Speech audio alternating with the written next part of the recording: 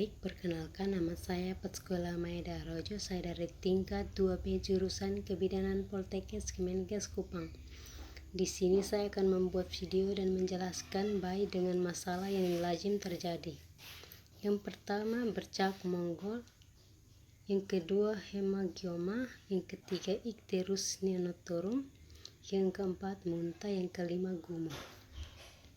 Kita akan membahas pertama, yaitu bercak Mongol, yaitu lesi-lesi muskular berwarna abu-abu atau biru dengan batas pada daerah praskral, tapi dapat juga ditemukan pada posterior paha, tungkai, punggung, dan bahu. Ciri-ciri: permukaan rata, tekstur normal, berwarna biru atau biru keabuan, lebarnya berukuran 2-8 cm.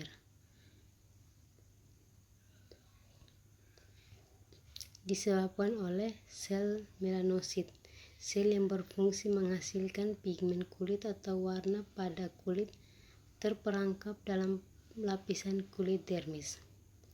Penanganannya, bercak Mongol akan perlahan memudar dan menghilang saat usia remaja, namun dengan alasan estetik dapat dilakukan bedah laser yang dilakukan oleh dokter.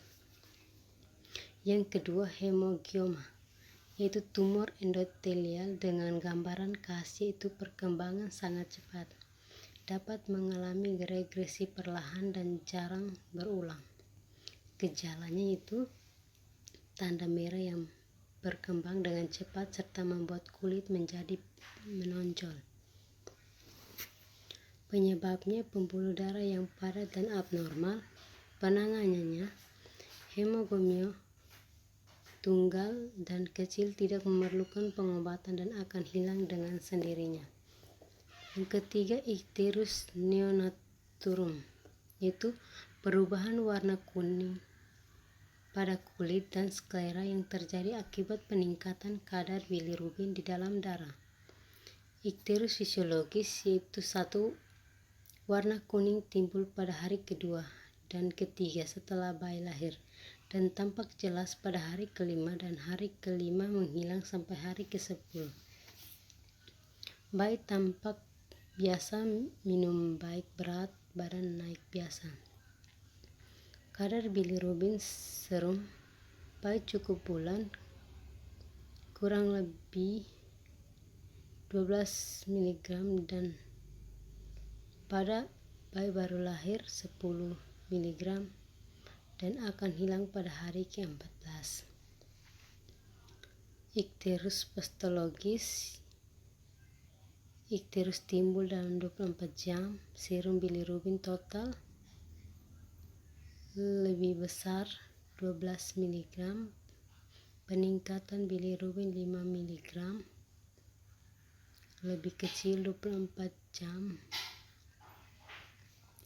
Etiologi: produksi bilirubin yang berlebihan, gangguan dalam proses uptake dan konjugasi hepar, gangguan dalam transportasi bilirubin, gangguan dalam sekresi, obstruksi saluran pencernaan, Ichthyorus akibat air susu ibu. Faktor risiko: ASI kurang, peningkatan jumlah darah merah infeksi, komplikasi, kerusakan hepar, gagal ginjal. Penanganannya Ichthyorus fisiologis, yaitu pertama, informasikan mengenai keadaan bayi, lakukan menjemur bayi di bawah sinar matahari pagi, memberikan ASI adekuat. Ichthyorus patologis, rujuk: muntah, keluarnya kembali sebagian besar atau seluruh isi lambung yang terjadi secara paksa melalui mulut disertai dengan kontraksi lambung dari abdomen. Penyebabnya faktor fisiologis, yaitu iritasi lambung, kelainan kongenital saluran pencernaan, faktor infeksi, tekanan intrakranial yang tinggi. Faktor psikologis, yaitu gangguan pada hubungan ibu dan anak, cara memberikan makan atau minum yang salah. Penanganannya, jaga kebersihan mulut, jaga aspirasi saat muntah, beri suasana tenang, diet yang sesuai, dan jangan berikan makanan yang merangsang. Menciptakan hubungan yang harmonis antara orang tua dan anak. Yang terakhir, pengobatan tergantung kepada penyebab. Gumo atau regurgitasi. Keluarnya kembali susu yang telah ditelan ketika atau beberapa saat setelah diminum dengan jumlah hanya sedikit.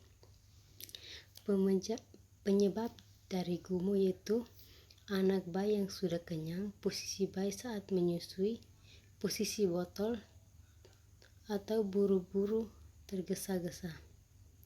Penanganannya perbaiki teknik menyusui, memperbaiki posisi botol saat menyusui, segera sendawakan bayi sesaat setelah minum. Sekian dan terima kasih.